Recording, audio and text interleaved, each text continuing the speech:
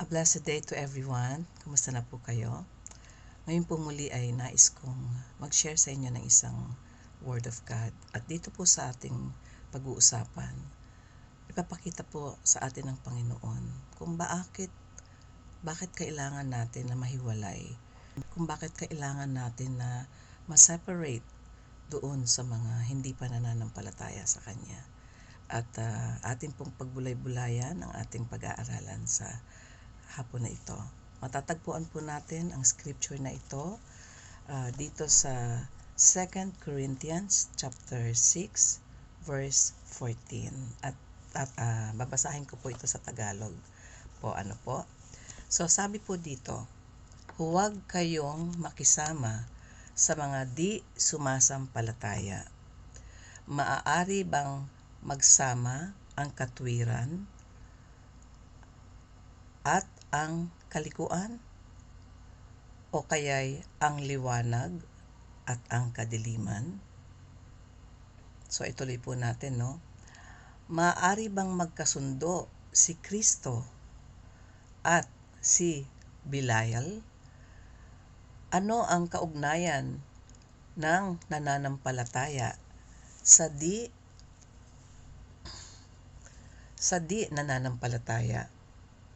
O ang templo ng Diyos sa Diyos-Diyosan ng mga pagano? Tayo ang templo ng Diyos na buhay. Siya na rin ang may sabi, mananahan ako at mamumuhay sa piling nila. Ako ang magiging Diyos nila, at sila'y magiging bayan ko. Kaya't lumayo kayo sa kanila, humiwalay kayo sa kanila, sabi ng Panginoon. Huwag kayong humipo ng anumang marumi at tatanggapin ko kayo. Ako ang magiging ama ninyo at kayo'y magiging anak ko, sabi ng Panginoong makapangyarihan. So ayan po So yan po ang ating pagbubulay-bulayan sa hapon na ito. Kung bakit nga ba nais ng Panginoon tayo ng mga nanampalataya na sa Kanya ay mahiwalay doon sa mga taong hindi pa nananampalataya. So ayan So ito po ay according doon sa aking ni-research. Sabi po dito, the biblical praise, do not be unequally yoked with unbelievers, advises against forming close partnerships or relationships with those who do not share the same faith, as such unions can lead to conflict and compromise. Ayan po So alam natin na tayo bilang mananampalataya na ng ating Panginoong Jesus, kapag tayo po ay nag-associate sa mga tao na hindi naniniwala sa Panginoong Jesus, magkakaroon po talaga ng conflict. Kasi unang-una, tayo na may mga pananampalataya at yung tao na walang pananampalataya sa Panginoong Jesus, talaga pong taliwas yung gagawin niya sa nais naman ng Panginoon na gawin din natin. Kaya nga po, tayo na mga anak ng Panginoong Jesus, tayo na mga nakakilala na sa Kanya, mako-compromise po talaga ang ating mga pananampalataya kapag ginawa po natin yun, na tayo ay may close na relasyon sa kanila. So what does it mean not to be unequally yoked with unbelievers? When Paul says, do not be unequally yoked, this means first that we should not associate with believers who don't actually live for Jesus. Ayan So do not be unequally yoked. So it means first that we should not associate with believers who don't actually live for Jesus. Marami po ang nagsasabi na sila ay Kristiyano na sila ay nakakilala na sa Panginoong Jesus. Pero iba po ang kanilang ginagawa. They don't live for Jesus. Yun yung sabi dito. And second, that engaging in any sort of intimate relationship or partnership with someone who does not let Jesus be the center of their lives will ultimately lead to our demise. Demise, no? Kamatayan, no? So kung patuloy tayo na makikipag-ugnayan sa mga tao na walang pananampalataya kay Jesus, it will lead us to death even more. Kaya meron pong danger, dahil talaga pong tayo bilang mananampalataya ng Panginoon, kailangan po tayong lumakad ayon sa kanyang kalooban. So what is the meaning of 2 Corinthians chapter 6 verses 14 to 15?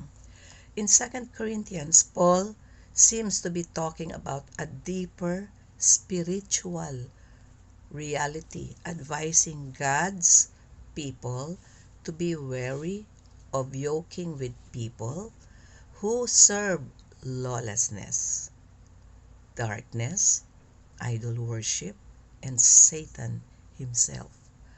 See, so ang mga taong walang pananampalataya sa Diyos, sila po yung namumuhay na hindi sila naniniwala sa mga batas. Walang law. Kumbaga, yung gusto lang po nila ang gagawin nila. In darkness. Ano po ba ang nasa darkness? Marami po ang bagay, no, na nangyayari in darkness. Mga bagay na hindi kinalulugod ng ating Panginoon. So, ayan po, idol worship. Napupunta na po sila sa idol worship. Kumbaga, dapat ang ating pong pagtutuon na ng ating pansin ay ang ating Panginoong Hesus. Pero ang mga wala pong pananampalataya ay nakatutok po sila doon sa tao na nais nilang ibigay ang kanilang simpatya. Imbis na sa Diyos na nagbigay ng kanilang buhay. Yun po ang difference. And to Satan himself. Of course, sino ba ang nag-uudyok sa kanilang gumawa nun? Of course, ang ating kalaban na si Satanas. So can you be equally yoked with an unbeliever? Sabi dito, Christians are commanded not to be in any kind of close relationship with unbelievers. So ayan po, tayo po ay pinapaalalahanan na huwag tayo magkaroon ng mas malalim pang relasyon sa kanila. Sila na mga hindi naniniwala sa Panginoong Hesus. Amen po. So what does the Bible say about an equally yoked relationship? Sabi dito, be not unequally yoked together with unbelievers. For what fellowship hath righteousness with unrighteousness, and what communion hath light with darkness? Hindi po talaga pwedeng pagsamahin yung dalawa. Kasi kumbaga tayo na mga nakakilala sa Panginoong Hesus, tinatawag na po tayong righteous because we receive Him as Lord and Jesus of our life, as Savior of our lives. So, kaya po natin na nakakamit yung word na righteousness because tinanggap natin ang ating Panginoon sa ating puso, sa ating isipan, sa ating buhay. Kaya nga po, yun yung ating righteousness, ang pagtanggap sa ating Panginoong Hesus. And doon sa pakikipag-commune sa mga taong wala pang relasyon sa Diyos, syempre, they will be considered in darkness, no? Andun pa rin sila sa darkness kasi nga yung mga kasinungalingan ng dyablo ay patuloy nilang pinaniniwalaan. So they live in darkness, not unless they accept Jesus in their hearts, they will receive the light that comes from Jesus. Yan po yun. So who is an unbeliever according to the Bible? The unbeliever refers to the person who rejects Christ or doesn't believe in Him. So, ang mga tao daw po na nire-reject ang Panginoong Hesus, sila po yung tinatawag na mga unbeliever. Kumbaga, sila yung mga hindi naniniwala sa ating Panginoong Hesus. Amen? So, what does don't be unequally yoked with unbeliever mean? So, it means to avoid entering into close binding relationship like in marriage, ano po, alam mo na ikaw ay mananampalataya sa Diyos at still nag-engage ka sa isang tao na hindi nananampalataya. Of course, kapag nag-asawa na kayo, palaging may conflict. Kasi hindi siya naniniwala sa pananampalataya mo.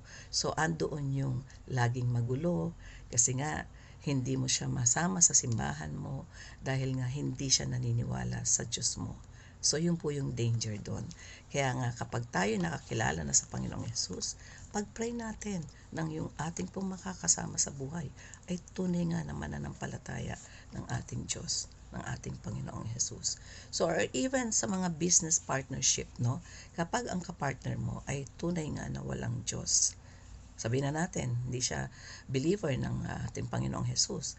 Of course, iba po yung mga ideas na nasa isip niya.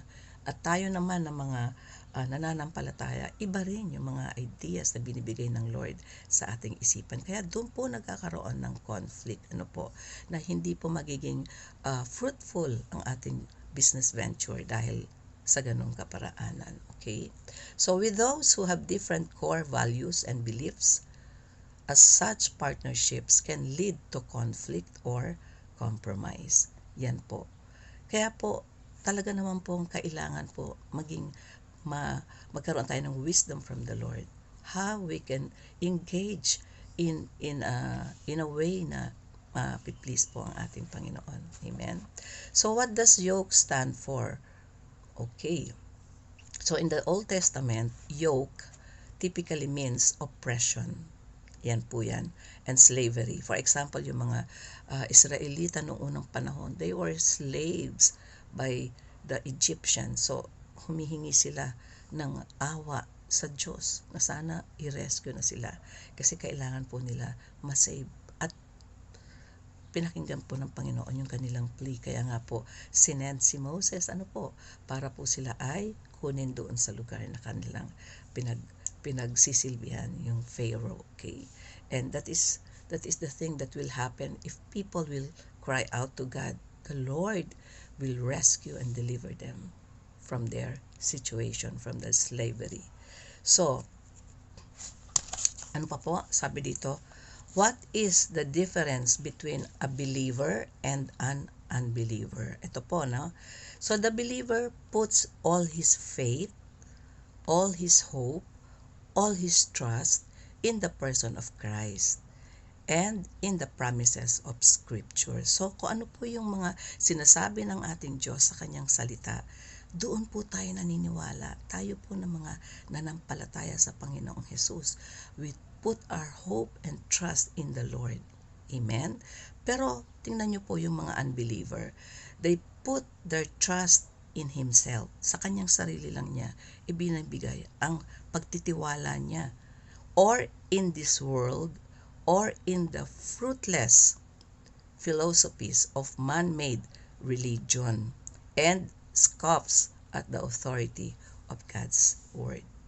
Kaya maririnig natin yung mga walang Diyos sa kanilang puso. Napakabilis nilang bitaw ng mga salita na hindi maganda. Tulad nga ng pagmumura. At ang nakakalungkot pa, ang minumura nila ay ang Diyos mismo. So, kilala nyo na po yun, kung sino yung nagmumura. What a stupid God. Just imagine. Yun po ay nagagawa ng mga tao na walang relasyon. Kaya, kapag tayo na may mga relasyon na sa Diyos, at ina-idol natin yung mga taong ganun. Di ba po? Parang nakikipag-sanip puwersa tayo sa kanila. So, nako-compromise po ang ating pananampalataya. And yan po ang totoo. Hindi po natin pwedeng pagsamahin. You are praising the Lord and yet you are supporting a person who does not believe God and who even mock God. So, hindi po pwedeng ganun yun. So, how does God view unbelievers? Ito, Spiritually, there are only two families in the world. Dalawa lang daw po. Number one, the family of God. Yan po yung mga tumanggap sa ating Diyos, sa ating Panginoong Jesus. They are called the family of God. And number 2, the family of Satan. Nagulat po ako dito, no? Nung marinig ko to na talaga namang family of Satan. So, kung hindi tayo naniniwala sa Panginoong Jesus, of course, you belong to that family of Satan. So, basahin natin to, no? Kasi may scripture po na sinabi dyan. Ito ay matatagpuan sa John chapter 8 verse 44. Sabi dito, ang dyablo ang iyong ama, at kung ano ang gusto niya, iyon ang iyong ginagawa. Siya'y mamamatay tao na sa simula pa, at kalaban ng katotohanan, at di matatagpuan sa kanya ang katotohanan kailanman. Kung siya'y nagsisinungaling, likas na ito sa kanya, sapagkat siya'y sinungaling at ama ng kasinungalingan. So, napakadali lang pala talaga dito sa mga anak ng dyablo ang magsinungaling. Likas na raw sa kanila yan. Kumbaga, walang conviction, no? Walang any remorse, walang anything na nagbibigay sa kanila ng ano. Kaya, tatanggapin ba natin yon bilang mga mananampalataya ng Diyos? Na ma-engage tayo sa mga taong ganon. Na ito ang tawag sa kanila kapag sila'y walang relasyon sa Diyos. At ayaw natin yan. Ayaw natin na ma-identify sa kanila. Dahil tayo ay merong Panginoong Jesus. Na tayo ay naligtas na. Tayo man din ay makasalanan even before. Lahat naman po tayo talaga ay nagkasala. At walang sino man sa atin ang hindi nagkasala. Pero meron pong pag-asa na ibinibigay ang ating Diyos sa bawat isa sa atin. At yan po ay kung tatanggapin natin ang ating Panginoong Jesus sa ating buhay. Magkakaroon po tayo ng transformation of life. Ito po yung kahalagahan kung bakit kailangan po nating magkaroon ng relasyon sa ating Diyos. Nang sa ganon, magkaroon po tayo ng transformation of life. Hindi natin sinasabi na tayo ay perpekto na, pero by the grace of God, sa araw-araw ng ating pamumuhay, hingin natin ang mercy, ang grace ng ating Diyos. Nang sa ganon, mapagtagumpayan natin ang pamumuhay dito sa mundong ito. At kailangan din natin i-share ang ating faith sa iba. So, iba naman po yung pag-share, no? So, kailangan sa mga unbelievers, ibigay natin sa kanila. So, anong dapat natin gawin? Kailangan natin magkaroon ng every opportunity na sabihin sa kanila ang reason kung bakit kailangan tayo magkaroon ng pag-asa sa Panginoong Jesus. Ano po? Nang sa ganon, sila man din ay maligtas. Yan po yung reason natin. And we must show the gospel for what it is. Kailangan nating i-share sa kanila yung gospel of salvation ng Diyos, ng Panginoong Jesus. Kumbaga, kailangan nating sabihin sa kanila na ang Panginoong Jesus nagbibigay ng pag-asa. Kung sino ang lalapit sa Kanya at hihingi ng patawad. Hihingi ng patawad sa kanyang mga nagawang kasalanan. Amen po. So, tayo bilang anak niya, tayo bilang kanyang mga anak, ay marami tayong benepisyo na makukuha. And makikita natin yung power ng Diyos kung paano niya tayo babaguhin. We cannot change people. Only God can change people. Kaya nga po ang role natin bilang mananampalataya ay ipakita yung pagmamahal ng Diyos sa kanila. Ipakita kung paano tayo na-save sa pamamagitan ng power ng Panginoong Jesus. So, yan po yung nais ng Panginoon sa ating mananampalataya. Huwag po tayo magko-compromise sa ating pananampalataya. Tayuan po natin ang katotohanan. Kung ano ang mali, huwag po nating sundan yan. Kung ano po ang tama, yan po ang tayuan natin. Kaya yan po mga kababayan, no? Lalo na po ngayon na darating ang eleksyon. Kailangan alamin natin sino ba sa mga kandidato ngayon, ang unang-una may takot sa Diyos. Kasi alam natin, pag siya ay may takot sa Diyos, hindi siya pwedeng maging corrupt. Hindi siya pwedeng maging kurakot. Bakit? May takot siya gumawa ng maling mga bagay. Amen po. Kaya ayan po, no? So, manalangin po tayo, ha? At nang sa ganon ay gabayan po tayo ng ating Panginoon. So, salamat po aming Ama sa pag-aaral na itinuro mo sa amin sa araw na ito, na kami nga po bilang iyong mga anak, bilang nananampalataya na sa iyong pangalan, sa iyong anak na si Jesus, kailangan po namin, Lord, ingatan ang pananampalatayang ito na meron kami, na hindi po maging corrupt o hindi ma-compromise, Panginoon, sa aming mga ginagawa sa araw-araw.